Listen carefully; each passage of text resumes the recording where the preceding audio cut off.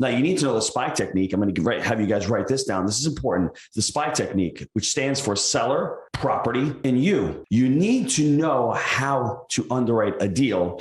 When the deal does not work out traditionally, that's when you go to seller financing. You don't go up to somebody and go, hey, you want to seller finance the deal? That's not going to work. Get away from me, jerk off. That's what I'm going to say to you. You're coming from the seminar, right? So understand it's the seller first. You have to try to solve their problem. There has to be motivation also. You're not going to get a Class A property just built last year on the seller financing. It's not going to happen. And if it does, send me a shout out because I'd love to see that. Not going to happen. Now you're talking to the mom and pop kings here. We've closed over $20 million in seller finance deals, but we've done it at a different part of this market cycle early on in our career. And it's coming back, folks, right now. Debt is starting to pull back.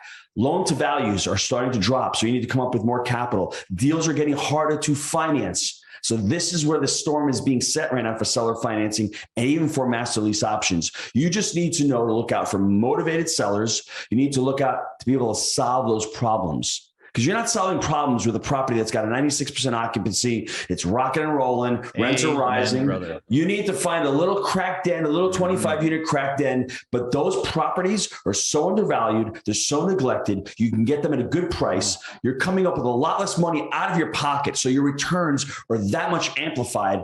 You're having the seller create a note. And on the back end, you may even buy that note on a discount.